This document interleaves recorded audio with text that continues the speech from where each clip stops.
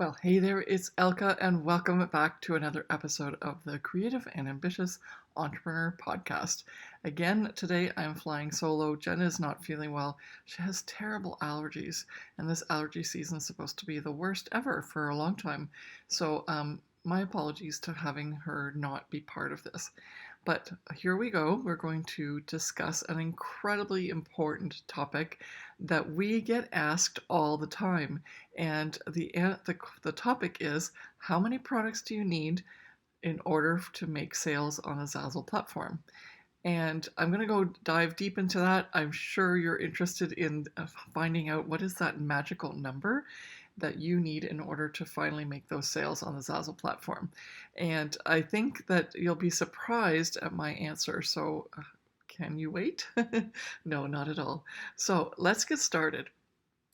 All right. So, unfortunately, even though this is the number one question that people always ask, how many products do I have to finally make in order to get that first sale, or to make enough money so that it's generating me six figures in income every year? And unfortunately, there is no right answer, because it really depends on a lot of other aspects of who you're serving, how much do they buy, and what way is it that you're driving traffic to the Zazzle platform. And so, yeah, so everyone here who's been, if you're watching this now and go like, what do you mean there's no number? Can I just make like 20 products and then I'll be good? Or if I reach 1,000, I should be guaranteed a sale? Unfortunately, that just isn't how this works. And the key is to understand and give yourself the grace to say it's a little bit more complicated than that. Because ultimately, you're not really after your first sale, or even after, how many products do I need to make six figures on Zazzle every year. And we do have some people that do make that six figures every year, which is really fun, because they're obviously doing what we need what we've taught them in the 5 strategies, and they're following what we teach in the coaching program of the Profit by Design Academy to the letter, and therefore they're doing really, really well. But and maybe I'll even put in the podcast links. I'll do that actually. I'll give you the podcast links to Christine as well as Brandon, who have not only reached certain like six-figure earnings, but they're doing it every year. And this is just recently. When they first started, they didn't have that success right away. And I think the point here is that, first of all, Zazzle is not a get-rich-quick scheme. It's also not a business where you can get something done in a really short time period. You have to put in the work. It's not that you have to work hard, but you have to put in the work, and you have to give it time. So the sooner you start doing things correctly, according to the things that are needed in order for it to be a proper running business, the sooner you're going to start to see those results. And it has actually nothing to do with the number of products. It has to do with the number of sales that you get from the products. And I know that's backwards, because you're hoping like, okay, what number of products so I can get the first sale or multiple sales or expect six figures all the time. But it's actually backwards. It's you have to put in you have to get those sales to know what the average is for you and your niche and your customer that you're serving, as to what number of products you need, or how successful you'll be if you post one product, or you have to post 100, and then what your success rate is and your conversion rate, as it's called. And so this is the big takeaway from today. But I'm going to help you walk through this and make sure that you understand what you can do, and not just look at a number, but look at what's truly important to make those sales. And then the number itself will actually not be as important to get those sales, but the number will be somehow an indicator for you as to how many other products you can make ultimately to increase and scale your business, which is going to be really fun. All right. So in general, what you need to do initially is, and I'm going to give you a couple of pointers, there's like 5 altogether, that I'm going to go over, and it'll really help you narrow in on answering the really important question is, how do I make sales, right? Not just how much effort do I have to put in before I get rewarded. And that's what that question is actually asking.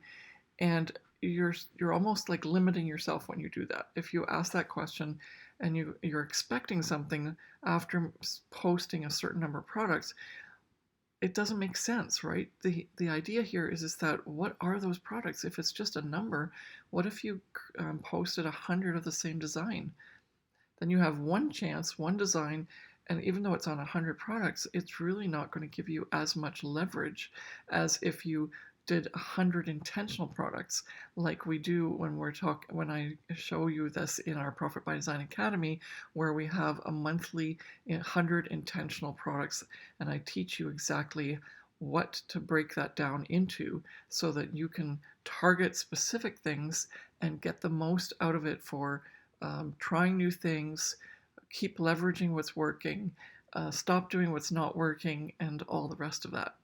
All right, so the first point that I want to make is you have to define your niche and your avatar. And it always comes back to that. And yes, it could be one person, it could be a group of people buying things, but you ultimately have to know who you're serving as a customer. And if you're not serving, like if you don't know who you're serving as a customer, how can you know what they want and what they'll be willing to put their money down for?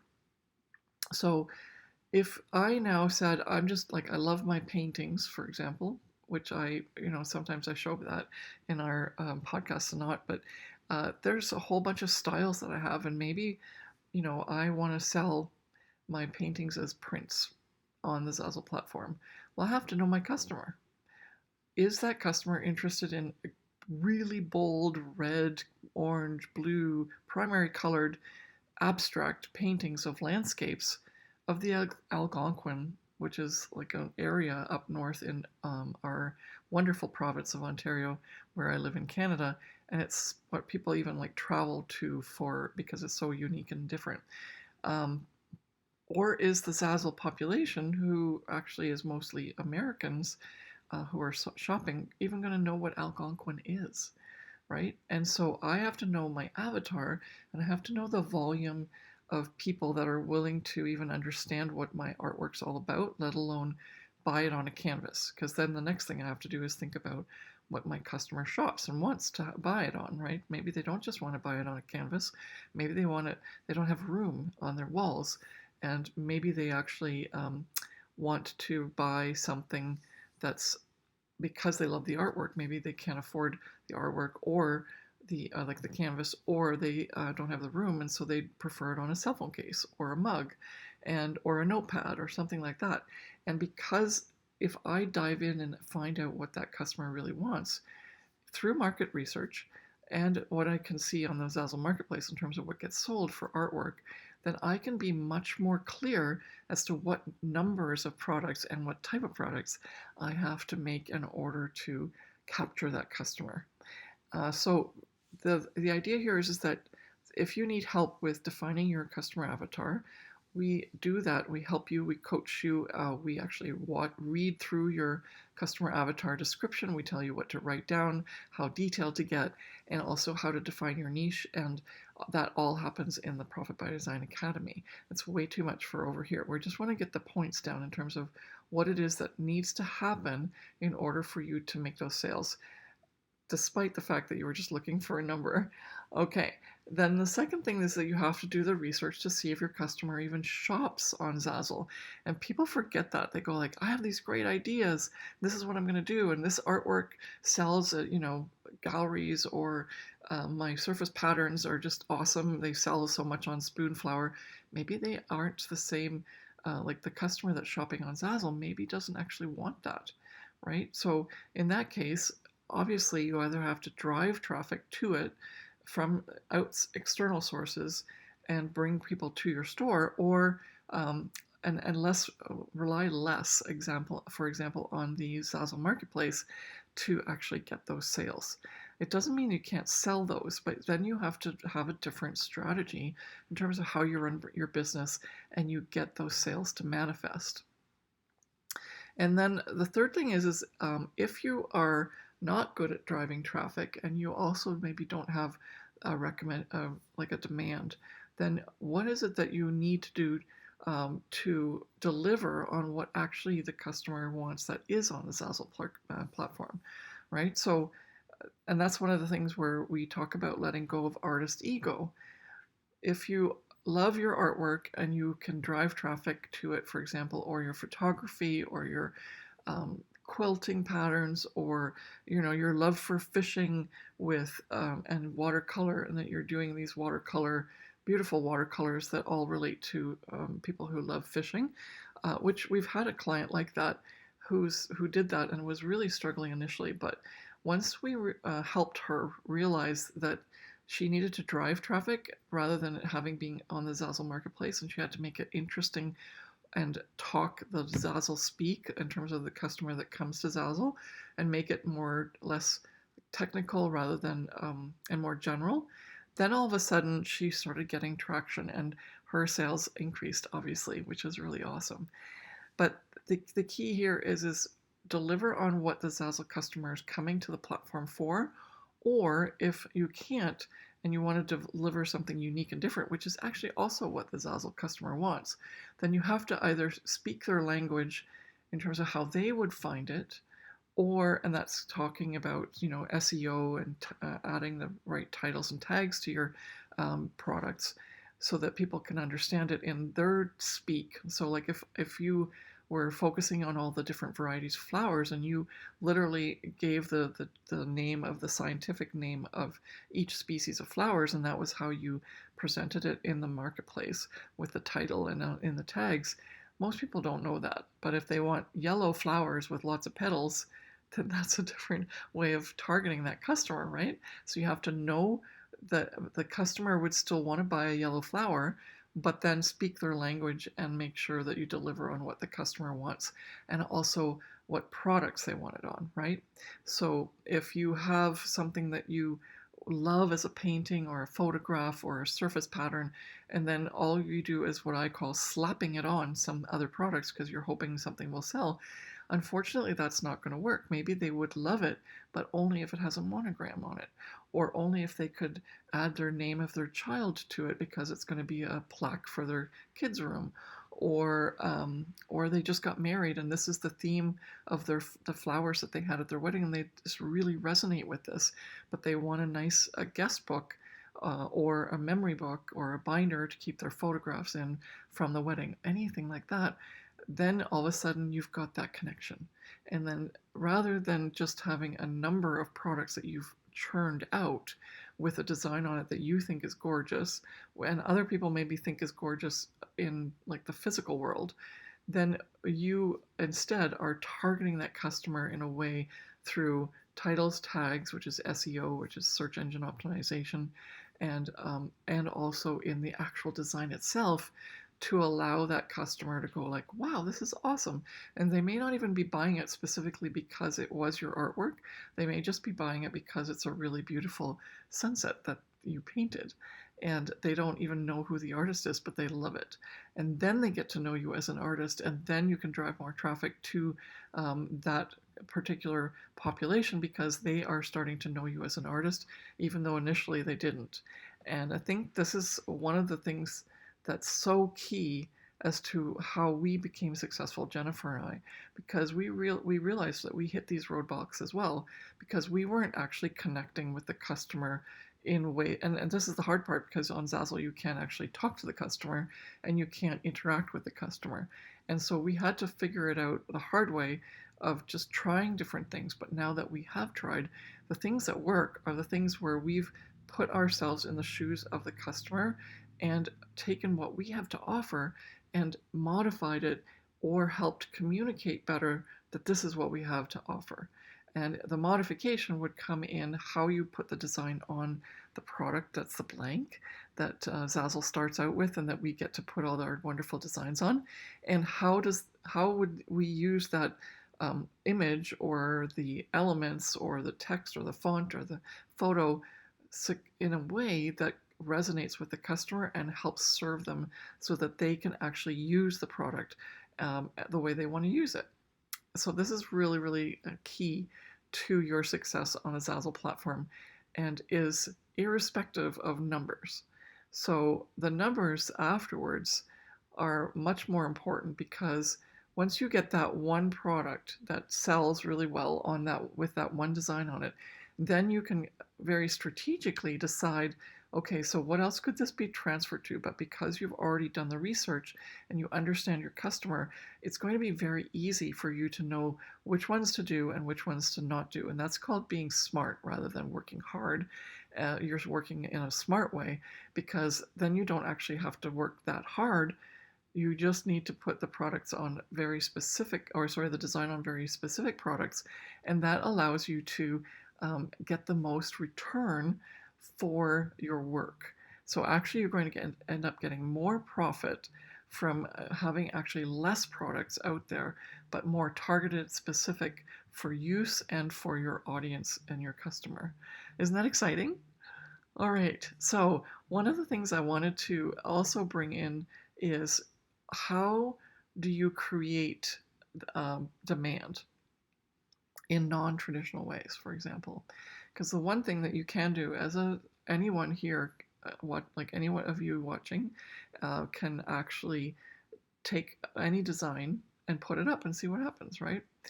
And but the frustration, and this is why we get asked this question all the time, is how many products do I have to finally make before I get a sale, right? But the key here is that if you don't actually work on working in the marketplace and with that Zazzle customer that's already coming there looking for things, then if you would rather, you can work by creating a demand for your products in a couple of ways. The first is very easy. It's promotion. And once you've done the really good job of doing the SEO, or the search engine optimization, of your titles and your tags, which are associated with each product, then the second thing that you have to do is, and the design is really good as well, then you're ready to promote, right? If you promote every single thing and it's really not the greatest and it doesn't serve a purpose, you don't even need to promote it, really. But when you promote something that you know is intentional, and your product's been set up properly so that it has the best opportunity to get searched and found, then it's because that's all tied into social media as well, right? So then you can promote on Pinterest, and you can promote on Instagram, and you can promote on Twitter, but we prefer Pinterest for a lot of reasons, and you can find out more how to do that when you join the Profit by Design Academy coaching program. Okay, and also you can watch some other podcasts that we have where we go really deep into Pinterest, which is really hard, unique and very important that you keep up to date on how you use Pinterest, because it keeps changing. But that's a really important way to branch out and create that demand. Another way is not just to create the demand from a product, but to create the demand because it's you. And Zazzle is that unique platform where you can come as an artist, or as a writer, or as an author, or as a surface pattern designer, as a photographer, pretty much any type of creative. And because you may have already created a reputation for yourself outside of the Zazzle platform, you personally can draw that traffic to the Zazzle platform. So when you set up a store, it's actually just like an offshoot of your already established business, and allows you to merchandise your reputation and your brand. And so I'm going to actually talk about two examples that are very important examples of how people have monetized on the Zazzle platform and actually driven traffic to the point where, and I'm going to go into more detail, but this one item that's in the top best all-time selling products from this one person doesn't even have a title. It just says photo statue. So totally breaking all the rules, but because this person created this demand, it's a bestseller. And so always remember that the Zazzle platform is not a cookie cutter, one thing, one strategy fits all. It's a very versatile platform that you can use to bring traffic to the platform, and also to create a brand and market yourself on the platform. And so I'm really excited to talk about two designers that have stores on the Zazzle platform, each of them bringing a different history to it. and how they created their wealth. And they're both very wealthy, and it's really exciting to talk about these. And they're not part of our coaching program, but I just think they're really, really great examples of how you can use the Zazzle Marketplace to drive traffic and also have sales through merchandising outside and driving that traffic to the Zazzle Marketplace.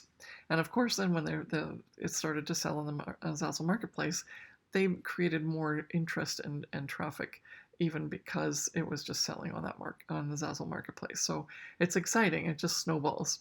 All right. So the first person I want to talk about is this wonderful woman who's calls herself the Bloggess, and she is really famous for several books that she's written. But initially, she started out with a blog, and she talks about her dealing with her depression, and she's got a wicked sense of humor.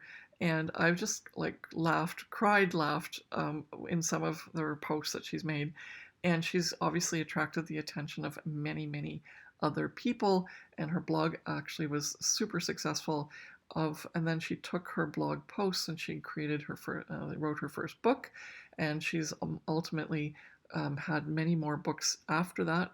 And so the Bloggess, and I'm going to put the link in the show notes so that you can not only see her Zazzle store, but also the link to her net worth, which as of 2021 was about 1.1 million, which is awesome. And also the photo statue of the chicken that has created the stir on the Zazzle platform, which, first of all, photo statues don't sell very well, and they're very small price, so it's not like she's going to make a lot of money off each sale. But it's related to a blog post she did, which was one of the ones where I was like laughing so hard I was crying. And obviously, by taking that information in that story and then adding the opportunity for someone to buy something with that picture of the chicken on it, whether it's a photo statue or a mug or a t-shirt, it just helps people resonate with what she did in her brand to help you know, touch people in terms of touching their hearts, that they're suffering from depression, or they're just enjoying the fact that this lady is doing so well to help herself and work her way through the depression and enjoy life when she's not in that depressive state, so that it's worth living, right? And I think that's something that's so important, because her messaging is touching a lot of lives and helping people through depression themselves and so on. And then it resonates. There's a connection. There was this know, like, and trust factor. And because her readership was so high, when she then said, hey, go check this out on Zazzle, then and she directed people to her store, she made a lot of money, right? She made money from her statue the little photo statue that she sold. And also she made money because there's a referral income opportunity on the Zazzle platform as well. If you drive traffic to Zazzle and you make a sale, especially if you're in the promoter program number 2, I guess I better post a link in there as well. But that allows you to actually make 35% if you sell your own products if you refer them. And so that's a really cool option from Zazzle.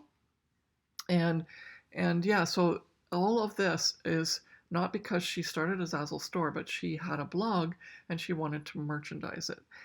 And the things that she was doing on her blog, there's like a raccoon, a chicken, there's all kinds of wonderful, funny things. And you go like, why would I buy this? It's like a crazy picture. But it's because there's a connection to the story that she tells. And she doesn't have to do as much marketing in the Zazzle marketplace or anywhere else. Is because her marketing is being done on the blog, and that her readership is high enough that she can then drive traffic and get people to go to the Zazzle store, and then that's that's her story, and it's really served her well, because even to this day, if you would go check out the all-time bestsellers on the Zazzle platform, you'll see that her chicken statue is I think on the first page. So it's obviously one of the top sellers of all time on the Zazzle platform, which is cool. All right, so the second person that I want to talk about is the person who developed the Grumpy Cat. And I'm not clear about exactly what happened, whether she developed it initially on the Zazzle platform or she had her website first, but this wonderful lady had a cat who's actually a real cat and had a different name, but she started doing memes with the picture of this cat that had like this grumpy face all the time. And it really resonated with a lot of people.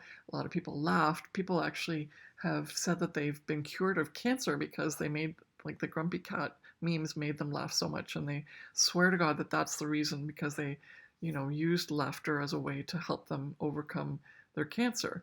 And this is like incredible how much impact this grumpy cat has had on people.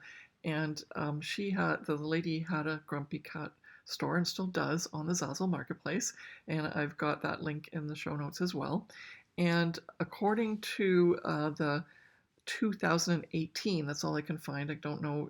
This lady keeps her net worth quite close to her heart. She doesn't talk about it too much.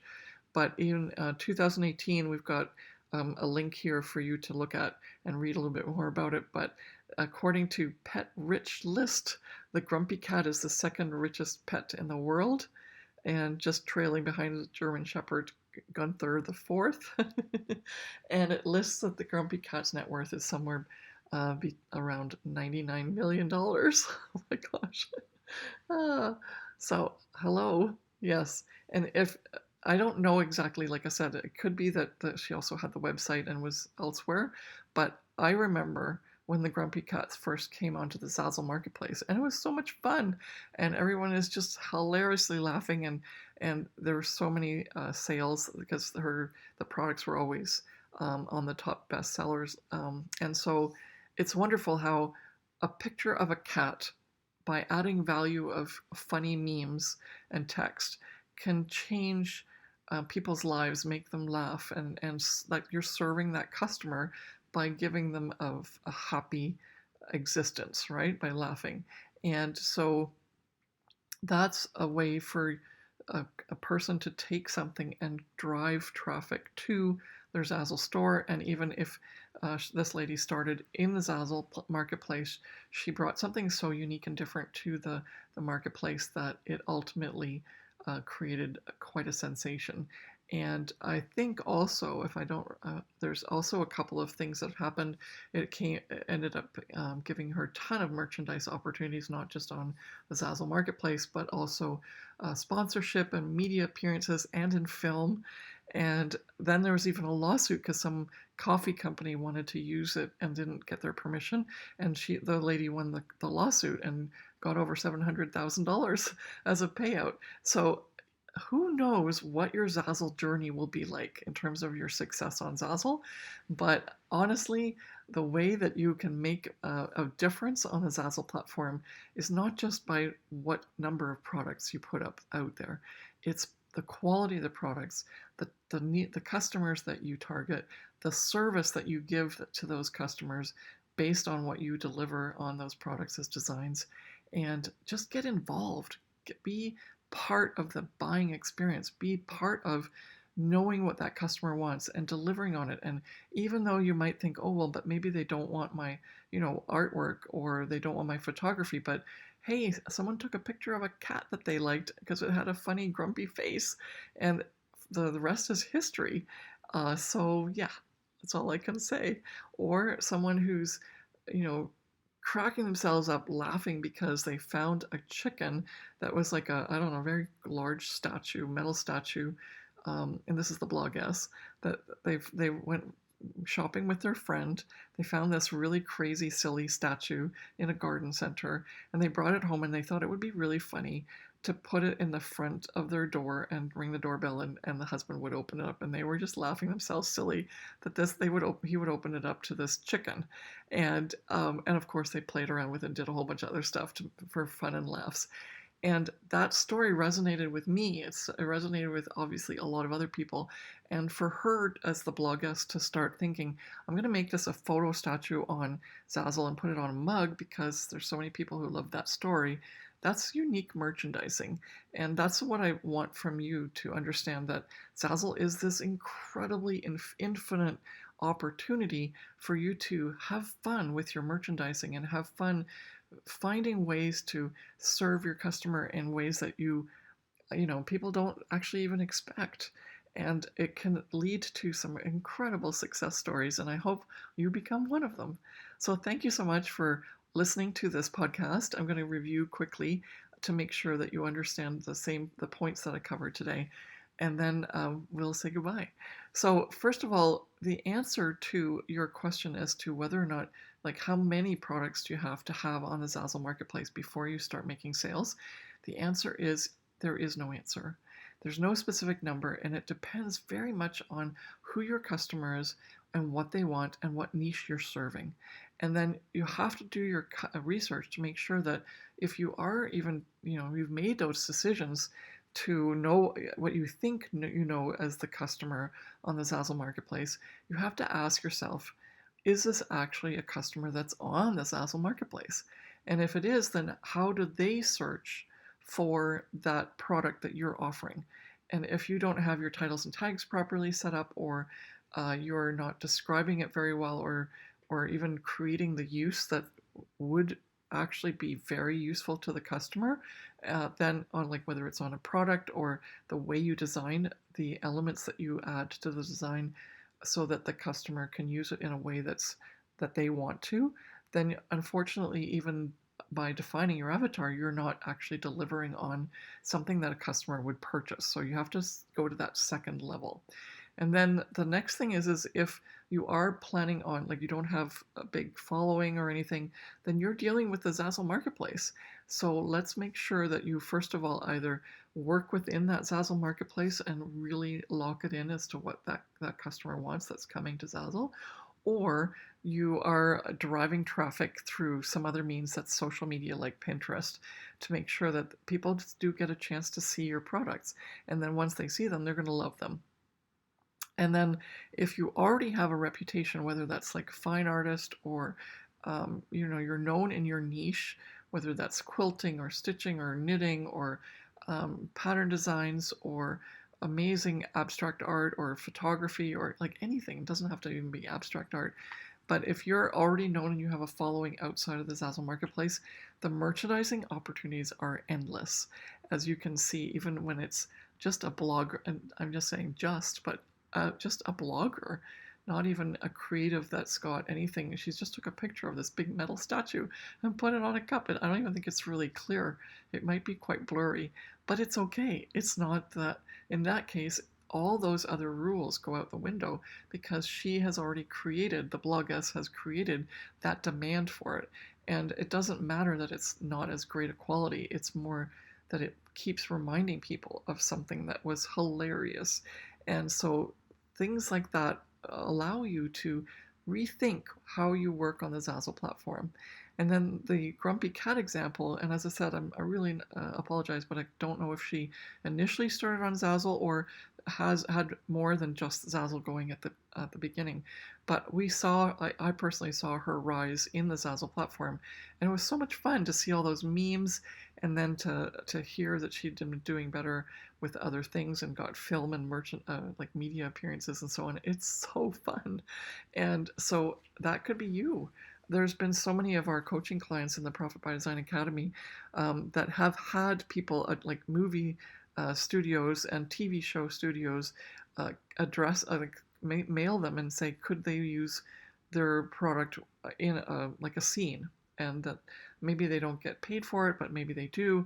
But in the meantime, you're getting that recognition. And there's others who have gotten licensing deals with Pottery Barn and Barrel and Crate and Barrel and things like that, where you just go like, wow, I didn't even know that existed as an opportunity. So let your entrepreneurial spirit soar and allow yourself to think more along those lines as to what we've just talked about here, or I've talked about here in the podcast, rather than deciding, okay, well, I have to make this number of products and then I should get a sale, right? I know that's the way that we all think because we're trying to do the least amount of work to get the most amount of effect. But if you work smart and not hard, you're actually going to get much more enjoyment, fulfillment, and profitability from your experience on the Zazzle platform. So thank you so much for watching, and thank you so much for listening, and we will see you in the next episode. Take care. See you next week.